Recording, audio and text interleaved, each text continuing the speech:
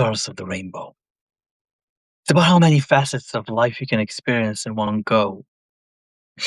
No matter how weird, fun, excessive, abominable, enticing, or alluring they may be.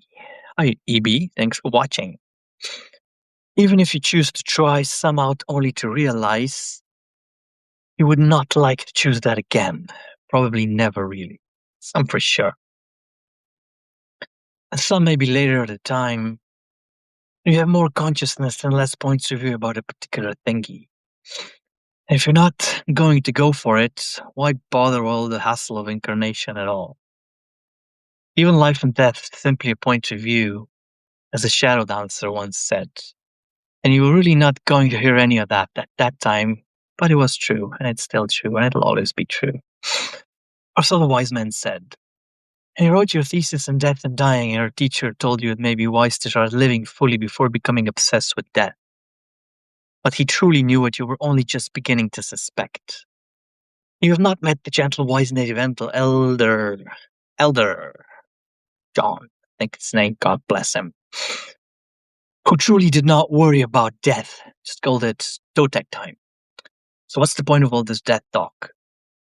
Simply because if you cannot face it while you're still alive, you will be abandoning yourself and sentencing yourself to a dead life, living in constant fear of not having enough, of not being enough, of not loving beavers,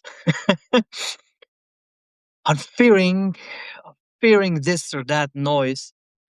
Excuse me. Or this or that. Next thing you're supposed to hate or love or vote for or scream against or whatnot. Whatever the powers that had been a program for the next psyop. And those will be many and not so far apart. As the wise man you hated first when you first heard him so elegantly put.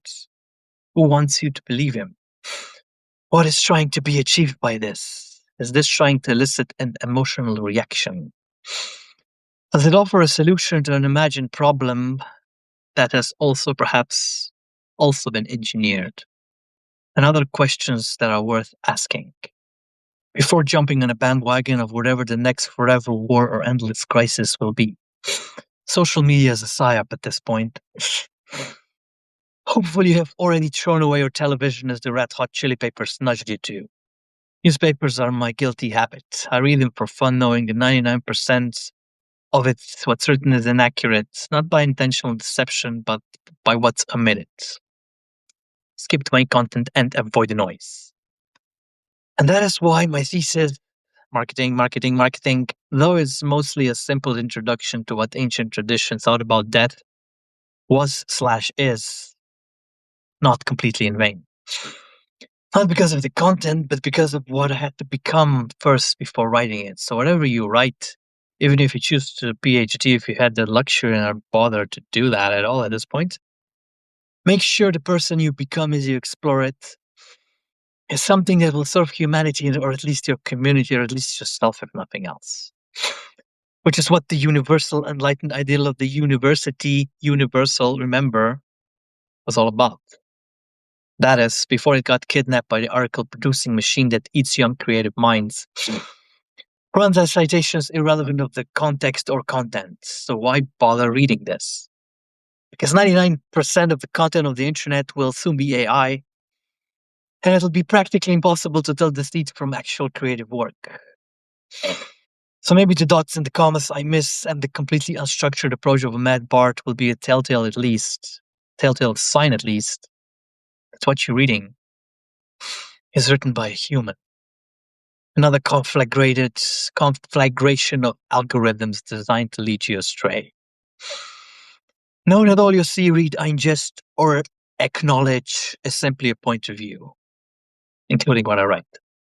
And then choose more consciousness and let the techies do their thing until it all fails into oblivion and we all collectively choose a new reality.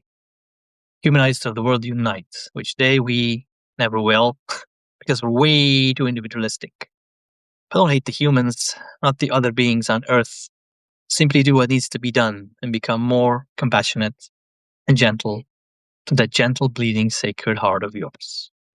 Love you all. Have a beautiful day. God bless you all.